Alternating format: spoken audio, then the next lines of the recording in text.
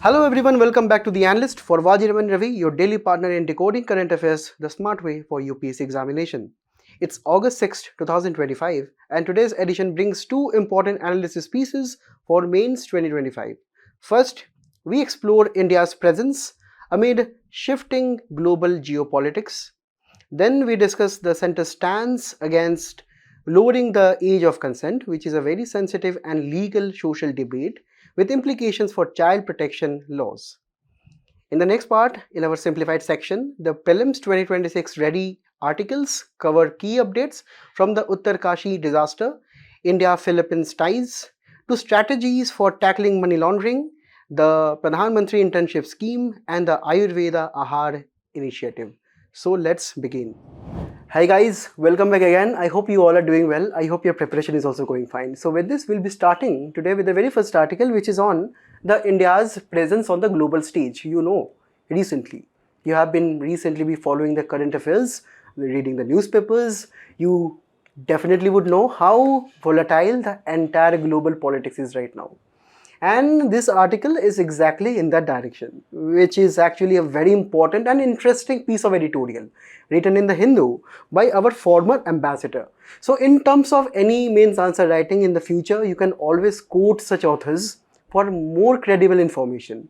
So the main context here is that the recent global order is extremely fragmented. And that is why we have to protect our own interests, especially when countries like the West, they are looking at their own interests, and that is why we have to understand what are the implications those things have on our own foreign policy. So this is actually a very important article from the context of prelims and also for mains GS2, where we need to talk about the various effects of developing and developed countries on India's interests. So you can actually link it with the main syllabus. Now, when I start with the very topic here, I need to firstly understand the global context. I need to know what is going on in the world. And you know, in IR, there are some important key terms and some concepts which, if you quote in your answers, are extremely useful to score those extra marks.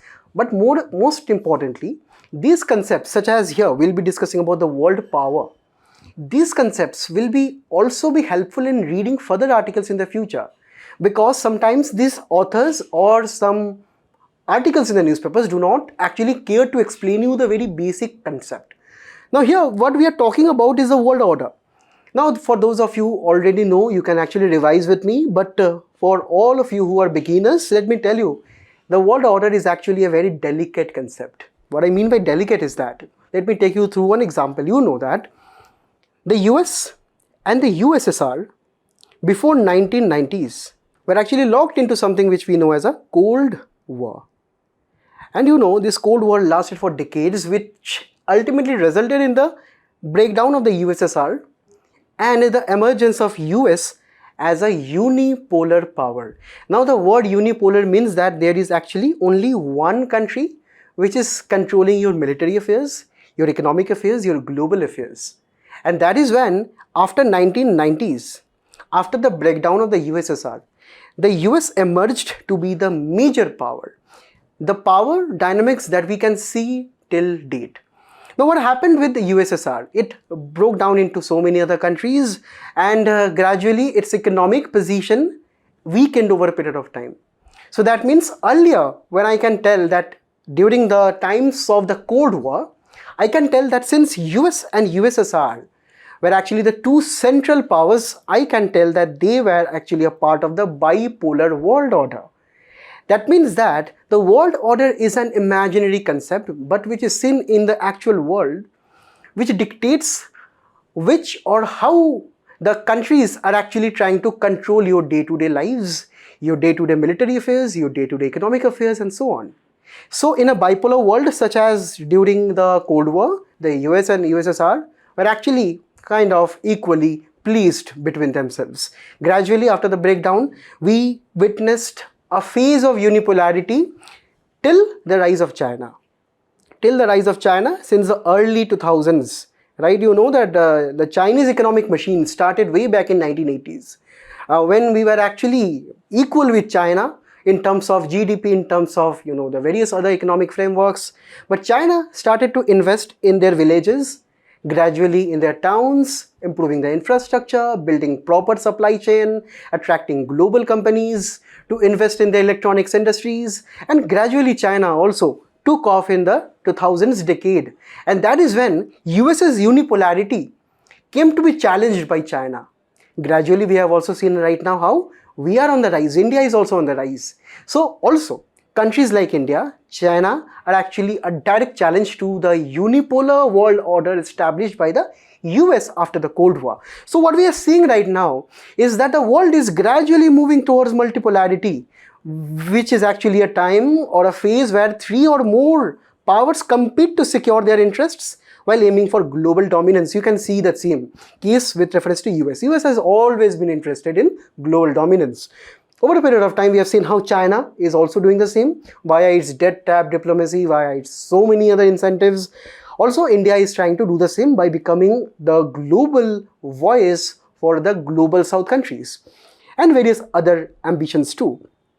While throughout the history, actually we have seen the condition of multipolarity, because multipolarity is actually an equilibrium condition, you can say, that for a tiny phase of time, maybe countries like US, maybe later on China, can actually challenge the unipolarity of the US, and going forward, we'll have more and more competitors. That is why throughout the history, we have generally seen multipolarity in the world order. But right now, we are actually in a phase of transition.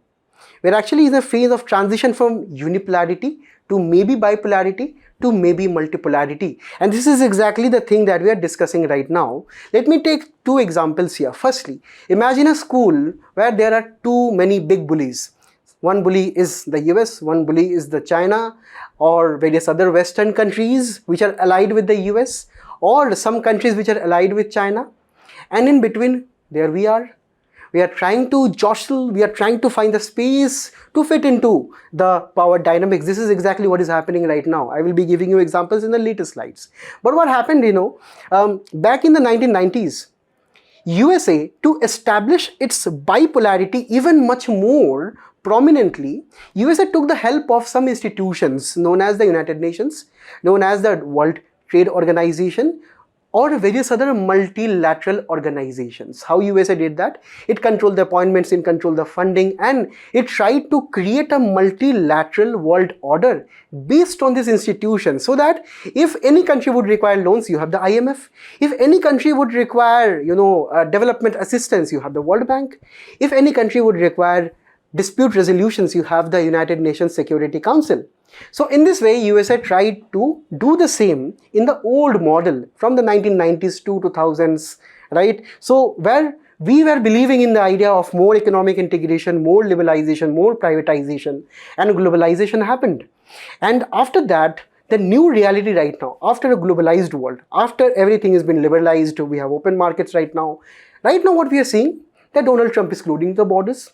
He is imposing tariffs. He's doing so many other things. Even China is actually becoming aggressive with, India and various other countries in the South China Sea. So that is where, this is a new reality right now. That many countries right now are actually looking at their own interest. Earlier in the old model, they were talking about open market, more trade, more benefits for the entire world. But right now, they are closing down their markets. They're imposing sanctions. They're weaponizing trade. They're using technology to dominate us, such as AI, such as quantum technology, and so on. So this is what is a new reality that we have to accept. This is exactly what the author is also telling by the name of broken template of global geopolitics. That means that the template of the world order is right now broken, because it is right now based on national interests, selfish interests of the nations such as US and China. Right now, alliances such as India had alliance with the US, with France, even right now we have the same. We generally have, due to our civilizational values, due to our cultural values, due to our shared economic interests, right? But those countries are not acknowledging right now. They are framing alliances, they are making alliances in such a way that will only fit their own national interests. So in this way, right now we generally observe that alliances are no longer based on shared values. We have an weaponization of economics by the use of tariff, right? We right now have the T word, which is extremely offensive in the geopolitics right now. Also, gradually over a period of time, you definitely have seen how the institutions such as IMF, the WTO, the World Bank, and various other multilateral institutions are not functioning well right now, because maybe some appointments are not done on time, some funding issues are there. So there are so many issues which are facing the world right now. And that is why we have to focus on India's issues, and here I will be using many examples so that you will be understanding it much more better. Firstly, we have to talk about the United States, and all of you must have heard about it, that the US, since the advent of Donald Trump, right, during his first term also, and more so right now, his foreign politics is extremely erratic. That means that his stances change over a period of time. He is unpredictable. And mostly when we talk about India, he has not been very, fixated on India's cooperation with the US. He has been more vocal about US's own local interests. He has been more vocal about their own country, and that is where we are seeing some issues right now. Firstly, we have to talk about terrorism. We all know about Operation Sindoor and how the US hijacked our intentions there. US claimed the entire Operation Sindoor and the entire ceasefire, that it was brokered by them, despite so many times that the Indian government has actually denied various allegations in this front. Also, there have been recent instances where the TRF, which you must know, please do let me know in the comments, which is actually the new phase of terrorism in Pakistan, which is a terrorist organization. Recently, US had designated it as a terrorist organization. That is fine. But soon after, you have the Donald Trump having lunch and dinner with the Pakistani officials. So don't you see a hypocrisy here? Also, on the trade and economy front, I don't know how the US president can tell this, but he has told that the Russian and the Indian economies are dead economies. I cannot understand how these statements are coming up to be, but he is making these statements just to threaten us on the negotiation table, because you know that we are trying to have various trade deals with the US government. And it is a way old tactic of Mr. Trump to actually threaten the parties involved in any trade deals or in any deal whatsoever. He has a very popular book where he has, within those chapters, he has written that you have to become very aggressive with the parties in any deal, and that is why maybe he is claiming such false pretenses. Also, on regional stability, right, Donald Trump is also interfering in so many matters concerning our neighbors. In Bangladesh, in Myanmar, there have been instances from various experts where USA has meddled deliberately and diminishing India's prominence and influence in the region. Now, we have to talk about the Western countries apart from the US. We have to talk about countries such as Germany, such as the various other European nations, where the first example is actually technology and trade with China. In the media, in the public, the Western countries, God knows, they tell China anything that they want, right? But on the backhand, you have them trading with China based on AI, based on various other technologies. One very famous case is recently when NVIDIA partnered with China for exchange of various graphical processing units, which are extremely useful for AI development in China and also in the rest of the world. Now, what happened earlier, there was actually a temporary ban on China to import various equipments related to AI from the US. But over a period of time, China tried to negotiate better, and they got the recent deal where NVIDIA will be supplying them various graphics card or graphical processing units for their AI development in China. So you see how China, for their own interests, can actually bow down in some cases, and also how the Western countries will be serving their own hypocrisy in this matter. Next, we also have the infamous oil scandal which is going on. You know that India is actually partnering with Russia with the supply of crude oil since the outbreak of Russia-Ukraine war.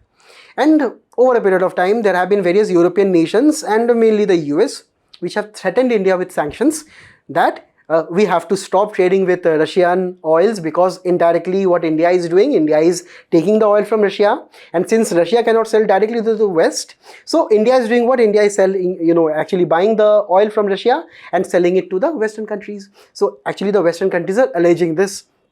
But we have to understand we have our own strategic autonomy, right? After the outbreak of Russia-Ukraine crisis, so many global dynamics have changed, and we are actually acting with reference to those dynamics themselves.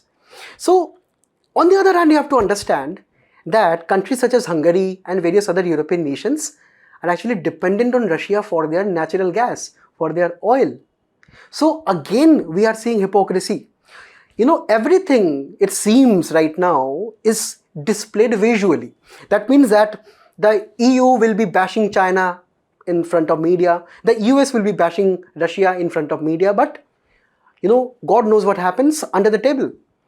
And at the end of the day, we also have an aggressive China. We know that Chinese ambitions, especially with reference to our border issues, actually are perennial issues which are going on. But when we talk about China's ambitions recently, in recent times, it is been seen that with Pakistan and Bangladesh, China is trying to create a new group, a regional group to confront India at the various regional issues. Also, there are talks about the next Dalai Lama, right? Because we have, after a particular amount of time, after a particular period, the next Dalai Lama to be selected, and that is where China is also meddling in this issue. Next, we also have the trade surplus issue here. That means that China actually has a massive trade surplus with India. That means we actually import more from China than we export to China, and this is actually leading to a lot of flow of foreign exchange to China. And that is where it brings me to the last issue in recent times regarding the Brahmaputra river, because China is actually threatening to challenge India using the Brahmaputra river by constructing dams on the same. So you can understand that the Northeast will actually be facing so many issues here, and at the end of the day, the environmental sustainability issues will also be on India's head. So that is why India's foreign policy is right now evolving, and that is why we have to shift from the old system to the new strategical system, and that is where we need to be extremely cautious. We need to tread with extreme high amount of balance in the form of a tightrope. Firstly, we need to understand that earlier India used to be on the sidelines on various global issues. India used to say that we love to be neutral. We need not interfere in so many matters. For example, even in the case of Russia, Ukraine, and various other issues, India earlier used to abstain from various voting or be neutral. But over a period of time, India is evolving. Recently also, it has called out the various issues in the Gaza Strip. Next, India is actually calling out the double speak, which is actually the double hypocrisy that the Western countries are doing. So India is right now calling out, India via the external affairs ministers, via our own prime minister, at various public forums, at various conferences, we are right now calling them out, calling the Western countries out, that if you are telling that we should not be trading with Russia with reference to oil, then how come EU is importing 50% of their natural gas needs from the Russian country? So you explain that. So India is actually raising these issues in the public. Also, India is taking a stand right now, as I have told, about the Israel issue. Also, India right now, most importantly, which I will be also showing in the next one, is all about multi-alignment. That means that India right now needs to adopt its own national strategy and keeping our own national interest in mind. That means we have to engage with everyone right now. We have to engage with the Western countries. We have to engage also with the anti-West bloc, right? And how we will be doing that? Firstly, if we talk about the West, we have to argue for a free and open Pacific Ocean, where we can actually invite the Quad members. We can actually do more military drills, more practice with reference to exercises, which will be creating an overall security envelope in the Indo-Pacific region, countering China. Also, we must be focusing on technology via initiatives such as ISET or various other partnerships such as MSP, which is actually about the partnering to create a proper, sustainable and reliable global supply chain for critical minerals. We also need to finalize the trade deals with the countries, mainly with the US right now, and we have to be extremely cautious with reference to technology, with reference to GM crops, with reference to various other economic sectors that the US and India are concerned with. And at the end of the day, in all these spheres with the West, we have to be particularly keeping this thing in mind, that we have to make our own sovereign decisions. We should not be giving up this right in front of some threats or some issues. Also, we have to deal with Russia too, because Russia has been our age-old allies, and even in this crisis right now, Russia is telling that this kind of threats that India is facing internationally is actually very illegal.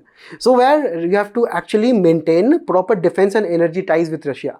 No matter the Western countries who are actually threatening us, we should be standing with Russia in this matter. Also, we must be trying to leverage various multilateral forums. We have the BRICS, we have the SCO, where we can actually talk about engaging with Russia via these forums. And we have to finalize the trade deals with Russia too. And at the end of the day, maybe we can also try to shift away our supply chains from Russia to various other like-minded countries too. This can also do a kind of a service in front of the Western nations. With China, we have to keep in mind that until the border issues are solved, we cannot have any normalization of relations, because the sovereignty and integrity of the country is of utmost and highest importance for India. Not only for India, for all countries, even for China.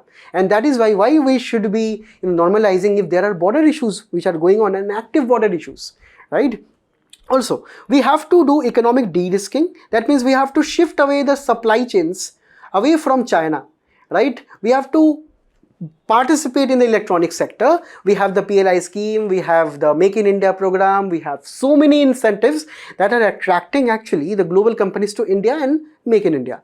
And at the end of the day, we have to continue the diplomatic engagement. Also recently, we have seen how China has opened up the Mansarovar Yatra route. We are trying to bring in more issues with reference to the border at the table, and maybe it can be sorted out. But yeah, we have to keep the challenge open. And at the end of the day, we have to engage with the global south. Recently, we know our Prime Minister also has concluded a, kind of a mini global tour where he visited so many African nations, Latin American nations. We are actually trying to voice our own concerns on various climate change issues, global diplomacy issues. We are also trying to bring our own businesses to those countries. So we have to be a leading voice if we at all want to become a Vishwaguru in the future. Also, we have to offer a very credible alternative to those countries when we talk about they partnering with the West or the Chinese countries. So that is why India can actually be an alternative for investment, for energy security and so on. And at the end of the day, we cannot forget our neighbors. To become a Vishwaguru, we have to start from the neighbors themselves. So recently we know that our Prime Minister concluded a trip in the neighborhood. You can actually know in which country in the comments below. And obviously going forward, we have to engage our neighbors to be vocal about the regional issues too, and also counter China in this way.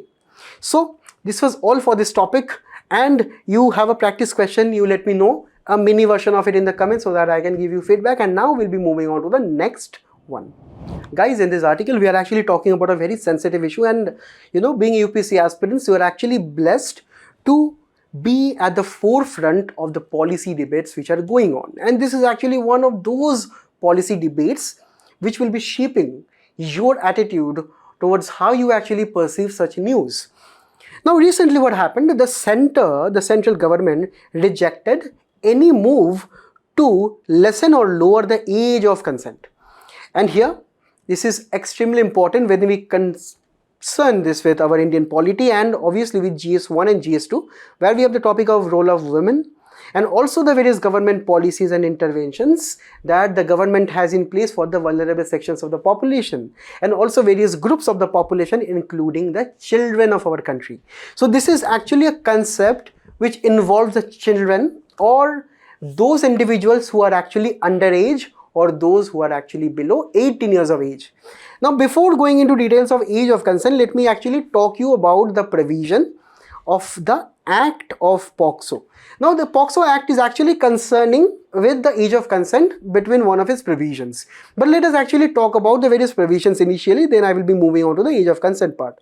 Firstly, the POCSO Act is actually defining who is a child. So any person below age of 18 years is considered as a child. So this act has been enacted in 2012, which is strengthening the legal protection for children against sexual abuse and exploitation in the country, where various types of sexual offences, as you can see, are covered with reference to children in the country, with reference to penetrative sexual assault, non-penetrative assault, sexual harassment such as stalking, showing pornography, making sexual remarks, even child pornography such as recording, distribution, possessing, explicit consent. Also, at the end of the day, we have aggravated sexual assault, and also there are provisions if at all these assaults are committed by family members, teacher, police officer, or even someone in authority. So you can understand this act is quite comprehensive when we are talking about violence against children. Also, various other features such as this particular act is giving so many safeguards to children of our country. Firstly, whatever investigation concerning all these cases will be done in an extremely child-friendly manner. That means police here will be adorning the role of a protector. Also, at the end of the day, the fast track courts will be implemented here because you need to resolve any cases within 1 year because it is concerning a children. You know, a child needs to go to the school. A child is entitled to have a life of dignity, and that is why you cannot waste their years in courts and laws in cases of them being the victim. Also, there should not be any direct confrontation between the victim and the accused, and it is actually the police's kind of responsibility to ensure the same. And at every stage of investigation, there has to be mandatory reporting. Now, we also need to know about the punishments because these are actually extremely severe. In cases of any penetrative sexual assault, you will be getting 10 years in life imprisonment. Also, in cases of aggravated penetrative assault, the person can get up to 20 years to death penalty. And also this was amended in 2019. Next, non-penetrative assault will be seeing around 3 to 5 years of imprisonment, and in cases of any child pornography cases, the person can also be convicted for 5 years plus fine or also both. So this is where these features of POCSO Acts are concerned with. Now there is a PYQ from 2010. Before that, you need to just know about the various provisions from our constitution also, which are actually guaranteeing protection for our children. Right, for example, we have the Article 15 subclause 3, we have Article 21, the most important article maybe, with reference to your right to life, dignity, right. Also, when we talk about Article 39, which is actually very important to protect children from abuse, ensure childhood development, and also India is actually the part of the United Nations Convention on Rights of the Child, right, which is actually giving a comprehensive 21 targets to actually secure children up to the age of 18 years. So based on this, you let me know what is the answer that you can imagine in the comments below. Now here let me bring you the topic of age of consent. Now age of consent is actually defined legally in India as that age where a person is considered to be legally competent to make sexual choices. Sexual choices can be having close consensual sexual relations with another partner. That means that here you have to stop for a while and think that what do you think influences someone's sexual decisions?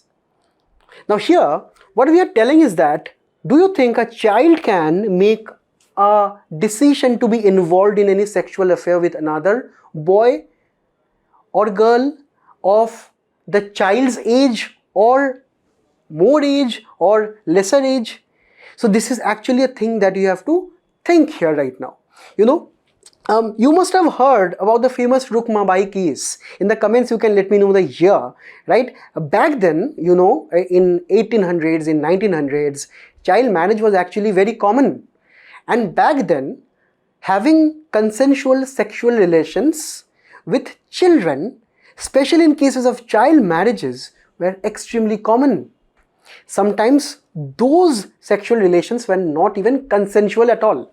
Because you have to understand one thing, and mainly we are talking it from the perspective of girl child here.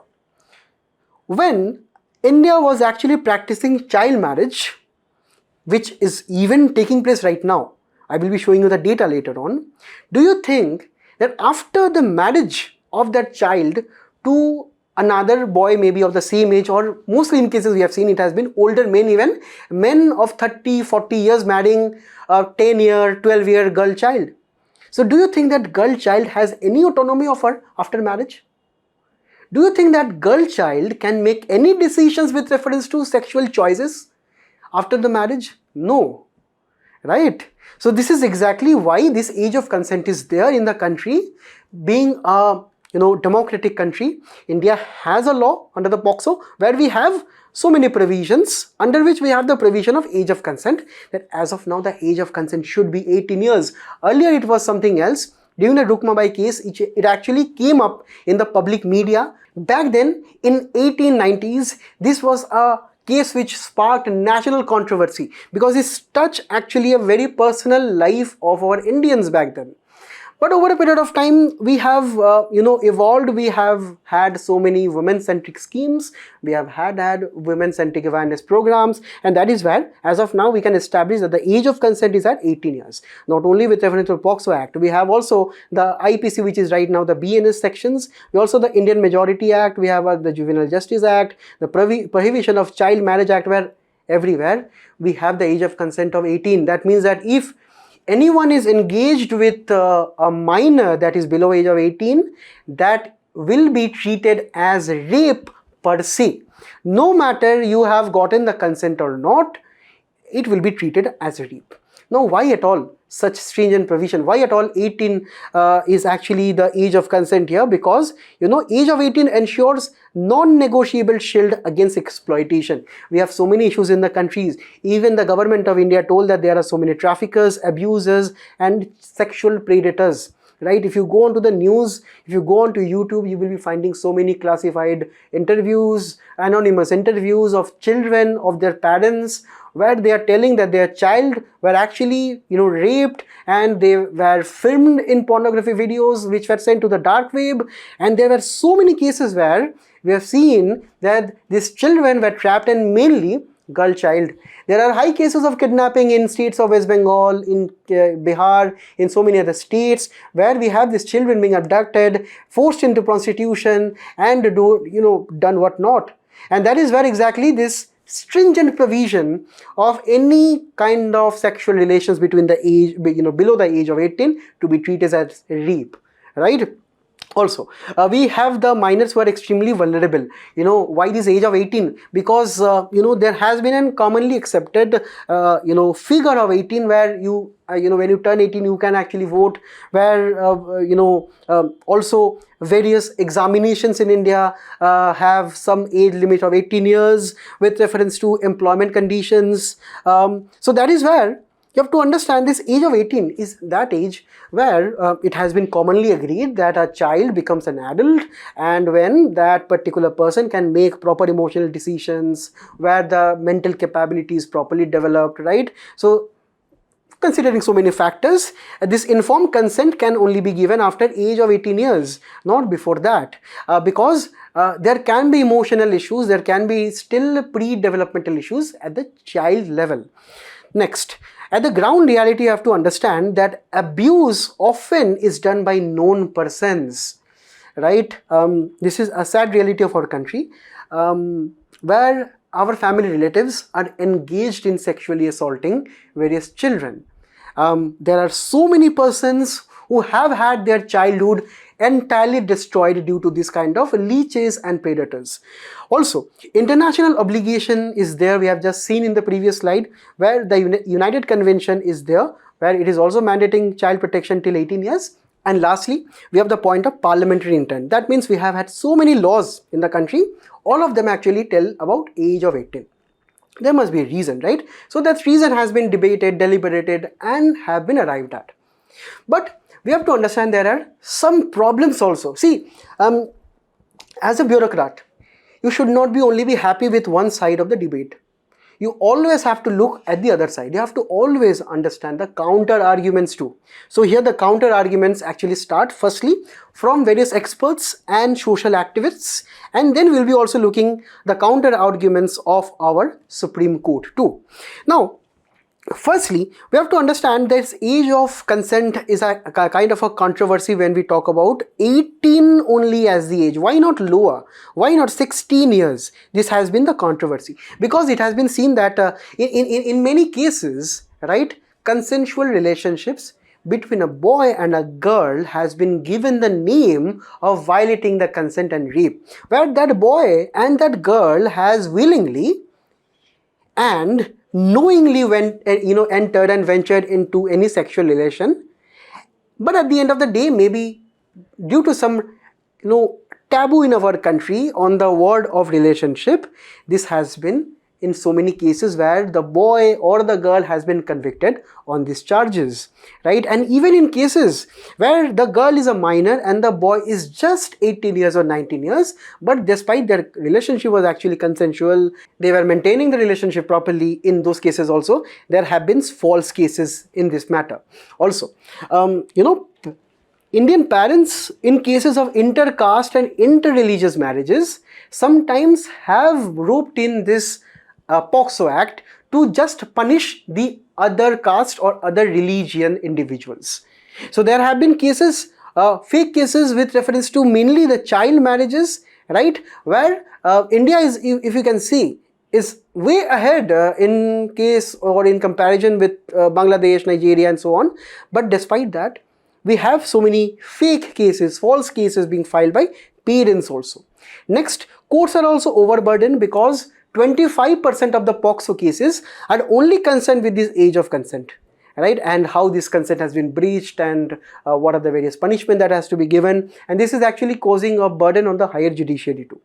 But at the end of the day, we have also seen how this particular provision is violating privacy too. Because if you can see at this data, look at this data here, it is actually more number of girls, as you can see, that are involved in this particular matter according to NCRB cases. So in cases of such kind of sexual relations before the age of 18, in case of that girl becomes pregnant, it becomes extremely difficult to get abortions too. Firstly, due to the societal taboo and also due to this kind of laws. So it makes it very difficult for them to get abortions done, right? So these are some of the issues here. On the other hand, also we have to understand that according to the NFHS 5 data, 39% of women had their first sexual experience before the age of 18. 45% of unmarried girls use contraception. That means that there are already growing awareness of contraceptions in the country, growing number of women having sexual relationships before the age of 18. So here again, are we not getting one pretense according to the Supreme Court judgment in the Rajai Singh case here? Are we not getting a pretense that maybe women already, a majority of women, as you can see, 39% is a big number, are getting this kind of sexual relationship before the age of 18. So that is why we should kind of also relook this, because as of now, if we are doing this kind of arrests, this kind of convictions, it is going to be a challenge for judiciary going on, and that is why we can actually have some proposals here. The first proposal given was the close in age exception, which means that the consensual activity between 16 to 18 year olds shouldn't be criminalized, because 16 to 18 is actually that age where we have to understand that in 2025 that the age, this particular age group can have sexual relationships based on their consent. This is exactly one rationale of this judgment. Also, this judgment has told that we have to avoid the misuse. There have been so many mutual adolescent relationships where they have agreed to become to come into a relationship. Despite that, there have been misuse by their parents. Next, we have to redefine the child definition again, right? We have to exclude adolescents from around 16 to 18 with reference to these consensual cases. And at the end of the day, we have to align with protection goals. That means the main objective here, as we can understand, is to protect the children of our country. It is not to misuse or not to, destroy the consensual relationships, right? So we have to focus more on preventing exploitation of children, because if you can see in rest of the world, right, the age of consent is actually between 12 years to even 16 years below age of 18 years, right? In some countries that is even 21 years, as you can see in the case of Singapore, Rwanda, right? But if you can look at say Bolivia, say Canada, say even China, Germany, Japan, UK, these are all having lower age of consent than India. So maybe evolving societies also need to incorporate this matter. And at the other hand, we have also so many other high court cases, such as this case firstly in the state of Karnataka, where the high court quashed criminal proceedings against a consensual relationship couple, right, where there was a minor girl and a boy, where this particular high court quashed those cases because it found that the relationship was normal, it was consensual. Also, the Vijay Lakshmi case of 2021 actually had this in the judgment, that punishing an adolescent boy who enters into a relationship with a minor girl was actually never the objective of the POCSO Act. We have to prevent sexual assault. We have to prevent those crimes. We should not be targeting the adolescent boy who are having consensual relationships. Also, this judgment told that we have to understand with reference to the perspectives of the couples, because there are so many couples who get entangled under the POCSO Act just because one was a minor, because their parents could not tolerate those relationships. The courts observed. Also, the Karnataka High Court observed and asked the Law Commission to rethink the age of consent criteria again. And finally, the Madhya Pradesh High Court remarked that there are so many cases where this has been falsely pretends as rape. So, classifying these cases as rape is a gross injustice for those accused persons too, because their entire lives will be destroyed. So that is why we have some recommendations of the Law Commission. So firstly, Law Commission is not budging at all. It has told that age of consent should be staying at 18 years. Also, we can have lesser sentence with reference to age group of 16 to 18. What we can do? We can reduce the punishment maybe between the age group of 16 to 18. So that is what we can do as of now. Also, the contours, the debate of the marital rape is also very much closely aligned here, because you have to understand that in India we have so many amounts of child marriages, and if we have to understand these marriages are done without the permission of the boy and the girl, that is amounting to marital rape also. So we have to consider that angle too. And at the end of the day, the international regulatory landscape tells that we have to protect children up to 18 years of age, and the government of India and also the Law Commission has recommended that we have to be more vocal with reference to spreading awareness, such as the Rashtriya Kishore Swasth Karyakram. So we have to spread the messages in this way about the age of consent, about this kind of legal programs. So that is why you attempt this question, a very interesting one. You can take the help of opposing debates also with reference to whether India should be or should not be lowering the age of consent. So this is where you can also see that in the US also, in some states you have 16, 17, 18 years of age of consent. So with reference to this, you let me know in the comments what are your opinions. Should it be lower or not? And that is why we will be moving on to the next one.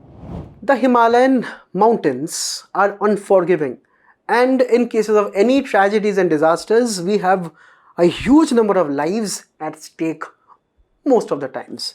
This is exactly what happened again at Uttarkashi, where these visuals are coming up, and this topic is extremely important for the prelims and main section with reference to disaster management. So another disaster has struck the Himalayas mountains again, and when we are discussing this topic, we are not only looking at Uttarkashi, we are looking at the perspective from the entire fragile Himalayas mountains.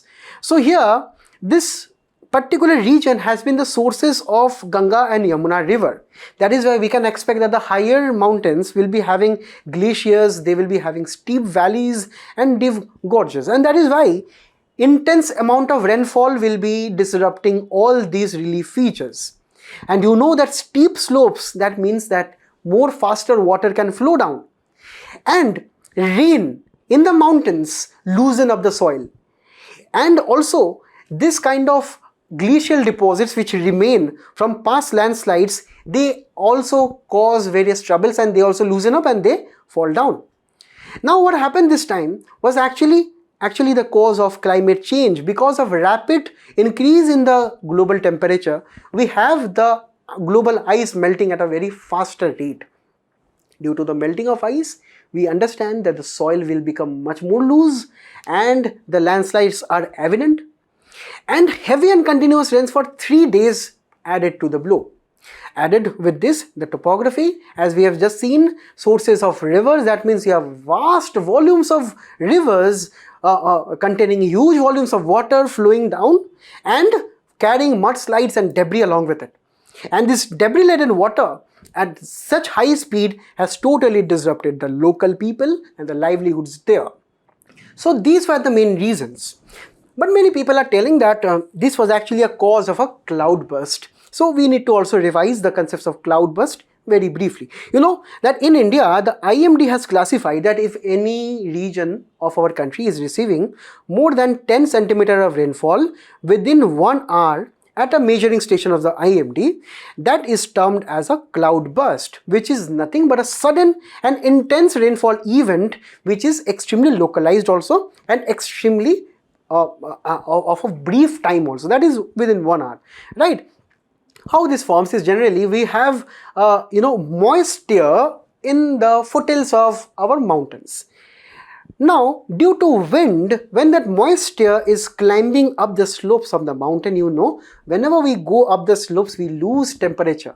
That means this moisture will be losing temperature and rain droplets will be falling, and due to the presence of winds, the clouds cannot go in the opposite direction. The clouds can only climb up the mountain, and when it is climbing up, the lack of upward air prevents dissipation of moisture. It cannot go away, it remains extremely localized, and in this localized way, when the clouds become extremely heavy, it falls suddenly, and it brings all the debris, the water, the cattle, the people down with it. That is extremely harmful. But according to various media reports, right, which has reported that this was actually a cloudburst event, but according to this article, it is telling that this was actually not a cloudburst. Why? Because the IMD definition of cloudburst is when you have more than 100 millimeters of rainfall in 1 hour, that is around 10 centimeters here, but with reference to 10 square kilometer area. But when we talk about the actual time period, it was around 24 hours total. We only got around 2.7 right millimeter of rainfall, which is way less than the threshold. So that is why this is exactly not a cloudburst event, but rather what we can consider it as a flash flood. So this was actually a flash flood which took place due to heavy rainfall, right? It was not 1 hour burst, cloud burst here. And also with reference to heavy rainfall in other parts of Uttarakhand, this threshold was actually much more higher in other places, but it was not in this region. So what happened is that these landslides were triggered due to this flash flood, and the steep Himalayan mountains were receiving rainfall for days, for 3 days, and for 3 days you can understand the soil will be saturating and it will be loosening up, and it will be falling down the slope, and under the influence of gravity, the debris, the rock, the soil, they enter the rivers at high speed, and the fast moving river water could not be contained within the banks, and that is why they flow out, and you have these disasters. So that is why we need to now focus on mitigation. That the armed forces are actually carrying out rescue operations. Apart from this, we have to be very prompt with early warning systems. We have to be very particular with this satellite data of the cloud patterns. If you can see, right, we have so many missions which have been launched by the ISRO to look into the weather aspects of our atmosphere. But we have to strengthen that even much more. We have to also have zoning and land use regulation. Mainly, if you can see, this is actually a river whose banks has been overflown with water. If you can see, there are so many human constructions here. So do you think that in places where the Himalayan rivers are vulnerable due to flash floods, should you have these constructions there? No. right? So that is why zoning, land use regulation is must by the district administration. Also, we have to understand this crisis can be exacerbated more by loose soil, and that is why we need to do more ecosystem restoration by afforestation, by limiting tourist footfalls in those sensitive areas, and at the end of the day we also need to spread community alert systems via SMSs, via phone calls to alert people to move away from the regions. So this was all for this. Now on to the next one. India has been signing up so many trade agreements, so many partnerships with so many countries, and here we have Philippines also in the middle. So this is extremely important for GS2, where we have to look into the politics and politics of the developed and developing countries on India's interest, where the first one here is actually based on the India-Philippines evolving relations over a period of time. So here, if you have to understand the mapping sections very properly, because there can be questions related to this in your prelims examination. Philippines is located in the Pacific Ocean, and this is between the Pacific and the South China Sea. We have to the south Indonesian countries, and also we have countries such as Brunei and Vietnam and China to the north here, right? So over a period of time, since 1949, when India and Philippines started formally their own diplomatic relations, we have come a long way. In April 2024, Philippines became the first foreign buyer of our BrahMos missile system. So it is a very strategic thing. Also, as of now, in August, we have the first bilateral naval drill in the South China Sea. So all this time, China was actually coming into the Indian Ocean. Now it is our time to go into their South China Sea. So we have actually linked up this kind of agenda with Philippines, so that we can actually expand our Act East policy to develop our Northeast region, right, and take the help of various ASEAN countries. Also, we have the Sagar and Mahasagar marine doctrines of our country, where Sagar is actually looking at making our Indian Ocean much more inclusive and open, right, and link with the Pacific Ocean, where we have to spend money on infrastructure and investment in the island nations, in the countries in the region, so that we can have our own soft power and our influence in the region. Also, recently the government of India is thinking about expanding Sagar initiative, that is security and growth for all in the region, to Mahasagar, which is a mutual and holistic advancement for security and growth across region, which is nothing but we have to integrate our Quad partners, increasing security apparatus, and India being directly participative in the South China Sea, which is actually a disputed region, because we have countries such as China, Philippines, Malaysia, Brunei, Vietnam, all of whom have conflicting claims, while Philippines, Malaysia, Brunei, Vietnam do not have any issues with the claims between themselves, not that much, but all of them have issues with China, because China is claiming this marked line in red, as you can see, right, which is claiming Spratly Islands, the Scarborough Shoal, which is actually Philippine scheme because of the exclusive economic zone, also with reference to the Paracel Island, right, the various reefs here. So China is claiming all of them. Why? Because China believes that it is having a lot of oil resources, a lot of natural gas in the region. It is having around half of world's fishing vessels were operating here, so a lot of fishing stock. And also this is an important marine route, where 20% of the global trade, around $3.37 trillion, pass through the region, and India thinks of conducting exercise exactly in this region. Why? Because China has been doing so many exercises, so many illegal trespasses in our Indian Ocean. Why cannot we have a partnership, a legal partnership with a friendly partner of India? So this is where this Scarborough Shoal exercise will be done, where Indian Navy ships, aircrafts will be participating along with Philippine Navy ships, right? And this is a very important one. Why? Because it will be countering China's aggression in Indian Ocean.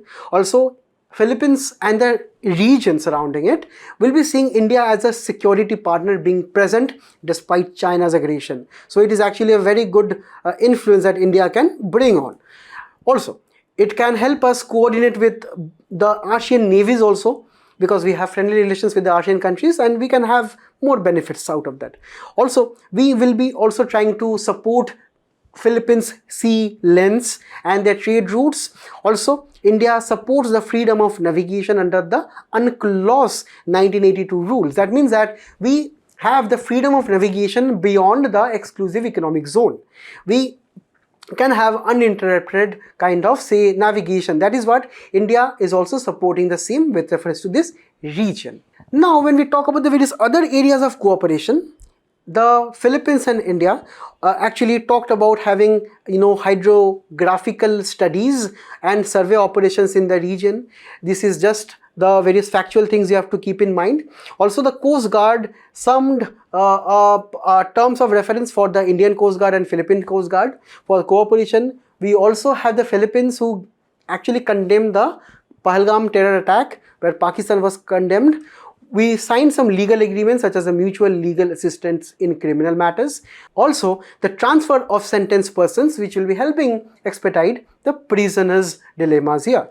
Also, on the trade front and economic front, we have a talk on the preferential trade agreement, where we will be lowering the tariffs between our countries, and we will be trying to link tourism and businesses here, such as having direct flights between Philippines and India, also having free e-tourist visas for Filipinos for 1 year.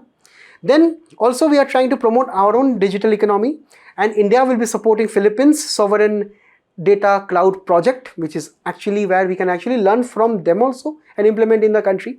And at the end of the day, Information Fusion Center will also be set up, where India has invited Philippines for IFC IOR Maritime Domain Awareness. So let all these initiatives be in your mind, and please do solve these 2 PYQs in the comments below, so that we can actually have more amount of linkages with the news with reference to the PYQs. So now we'll be moving on to the next one. We are talking about money laundering.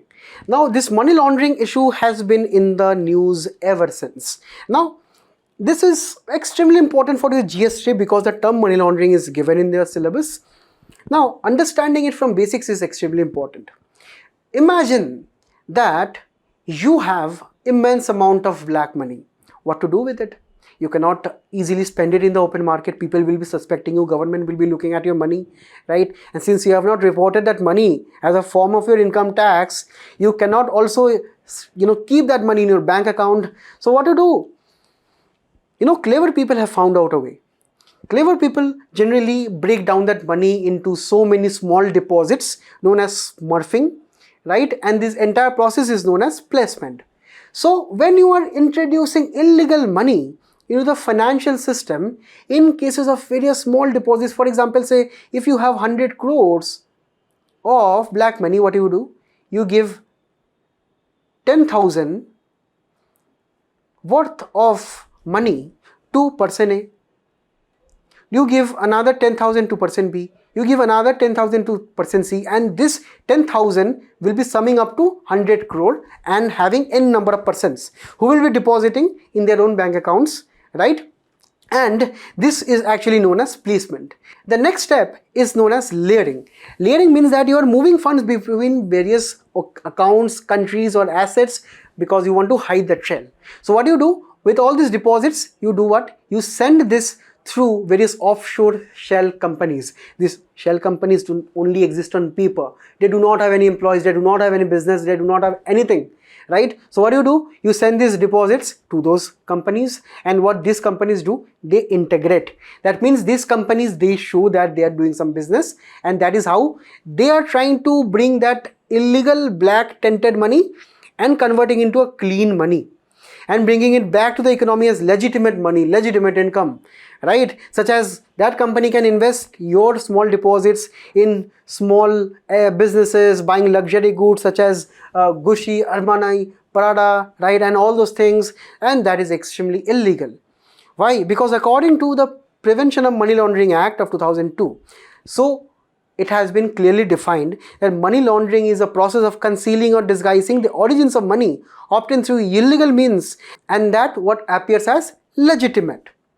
And the person, right, or the organization which helps to do this money laundering is actually known as a laundromat, right? So these companies, this person offers financial services of converting the money via smurfing, layering, placement, everything, right? They are actually experts in these illegal activities. But the impacts is that your GDP is reportedly lower, right? If India is having so many black money and that is not being spent, that means our gross domestic product is not being developed over a period of time. Also, these are actually used to fund various illegal activities such as drug trafficking, such as terrorism, and so many other illegal activities, right? And also we have to understand this is spreading a negative kind of a image for India internationally. So this is how, these are the negative impacts. We have so many other negative impacts you can mention in the comments below, but over a time we have actually had so many measures to improve the anti-money laundering measures in the country. Firstly, we have the Prevention of Money Laundering Act, where mainly the burden of the proof to prove that you are not having black money, you are not having money laundering activities, the burden of proof is actually on the accused, where there is actually an ECIR, which we also discussed recently in the Analysts also. So this ECIR is actually almost like an FIR, where the investigative authorities such as the ED is entrusted to conduct the investigations with reference to money laundering activities in the country. Where this ECIR is actually a document which can actually serve as a purpose like an FIR. Also, under the Act, we have the provision that the authorities can even attach your property even if you are not convicted. This is to recover the proceeds of the crime of money laundering, because it is actually a very serious offense. When this Prevention of Money Laundering Act was brought in, it was actually to prevent drug money, terror money flowing into the system and outside the system and again coming back into the system, which are actually serious offenses. But over a period of time, we have seen how, this PMLA Act was misused to also target political dignities, right? So here we have so many Supreme Court cases, such as the first case, Veerabhadra case of 2017, where here the Supreme Court observed that, okay, the ECIR is enough for investigation in this matter. FIR is not needed. That means it becomes extremely easy for the government authorities or say the various, nefarious agencies to actually start any ED investigation against some ex-MLAs, ex-MPs, political rivals and so on. According to various experts, this has been the recent case. Also, in the P. Chidambaram case of 2019, hiding illegal sources harms financial system and sovereignty. So this was actually a remark of the Supreme Court. Also, in the recent Vijay Madallal case of 2022, right, any kind of scheduled offences is needed for prosecution under this PMLA Act. That means you need to have a offense under this act to be convicted under this. But property can be attached earlier, which was a kind of a controversial judgment by the Supreme Court. That means maybe this can be misused by the ruling party of the day to target political opponents. Despite that, we have this prevention firstly. Then we have the FATF, which is a global agency which is actually under the aegis of OECD, which is looking at the global standards to frame AML or anti-money laundering measures in the entire world. We have the KYC, know your customer norms. We have so many reporting standards to be done if you are actually part of the FATF. Also, you have the blacklists and the grey lists, which actually indicate about the severity of a country's entire regime of money laundering, where Pakistan is supposedly maybe will be included in the grey list again. Okay. Next, we have the double taxation avoidance agreement with 81 plus countries.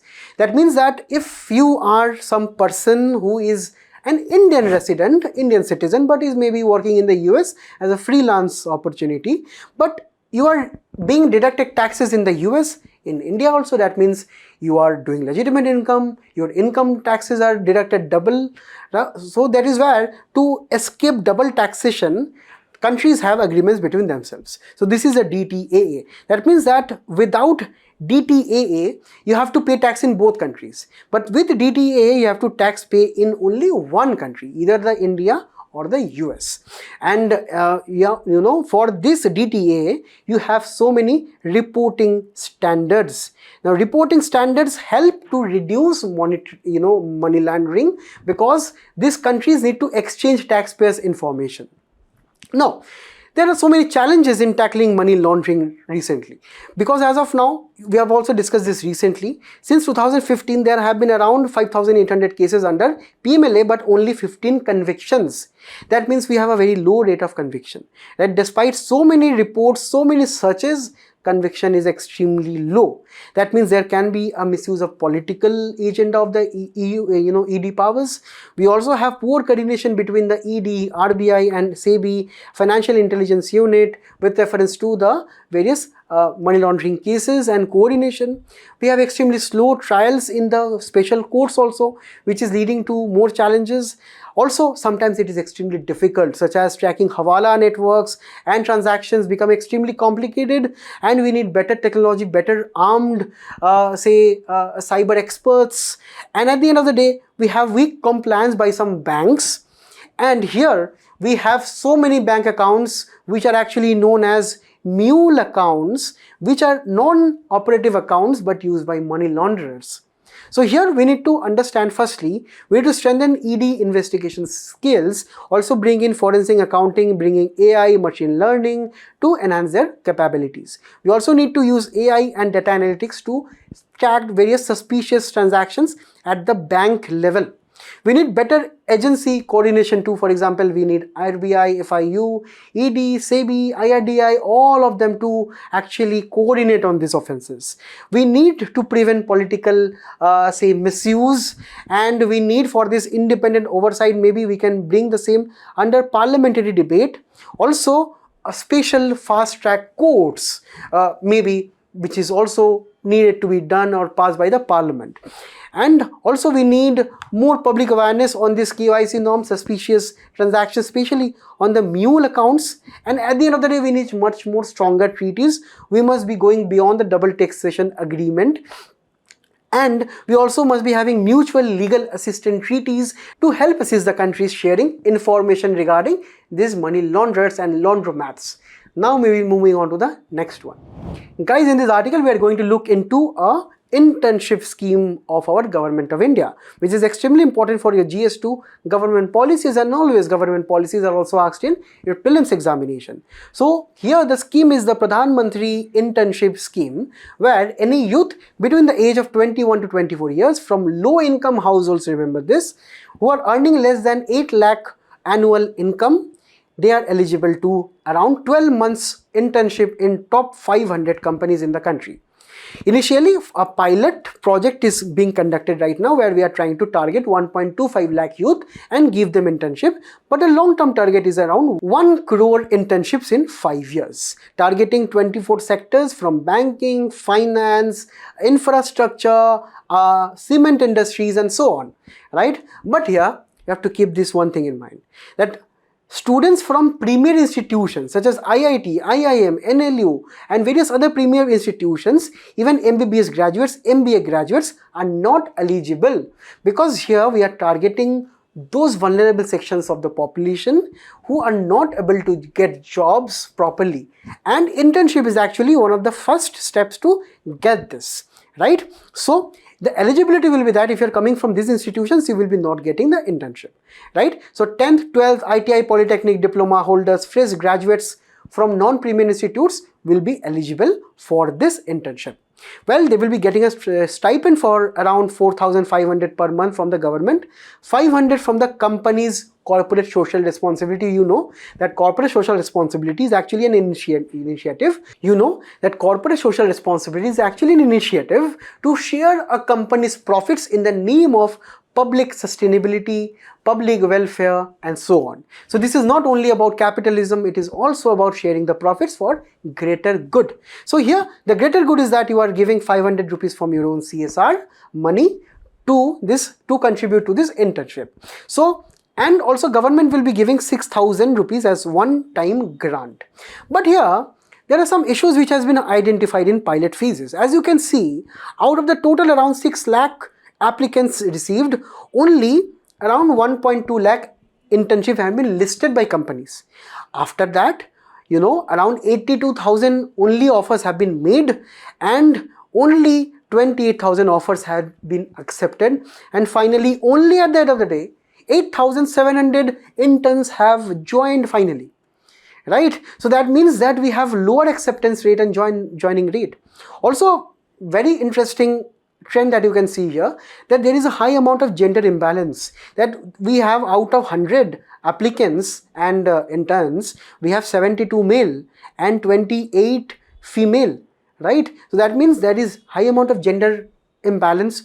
Also, the fund utilization is an issue. We are not utilizing the funds properly here, and eligibility concerns are there, because there have been cases where persons where family income is more than 8 lakh rupees per year, they are also joining. And at the end of the day, the skill industry gap is also there. So that is why we need to understand that the recently government also noticed this kind of things. So government introduced some reforms. Firstly, there must be transparency in information. That means company name, profile, all location must be shown before application, so that interns actually get to know about it. Extra benefits also must be offered and displayed by the companies prior. So this is where transparency, you are trying to convey the information to the interns in time before. Also, the IEC campaigns with reference to awareness drives are being conducted as of now. States are being encouraged to have dashboards to monitor the program and the progress. Also, inclusivity has been focused on to increase female participation at the end of the day. And also in all the parameters, as you can see, the round 2, which has been reformed right now, is showing better performance right now. Right, so we are having better performance, and we need more of the youth to be enlisted on this particular initiative. Now we'll be moving on to the last article of the day. Guys, the Ayush Ministry and the FSSAI has released an Ayurveda Aahara food preparation list. Extremely important again for GS2 government policies and also for the prelims information. So this Ayush Aahara logo is actually this logo as you can see here. This is actually helping the consumers to identify the product as it is certified as an Ayurvedic product, right? This means that Ayurvedic products must be prepared according to the principles in our ancient Ayurvedic tests. That means that we need to follow the principle that food is equal to medicine and diet needs to be balanced, and that is why if there are so many food products coming from Ayurvedic background, we need to certify them, we need to give a proper quality. For example, if it is natural, organic, herbal, wholesome, biotic, we need to have that particular thing in mind.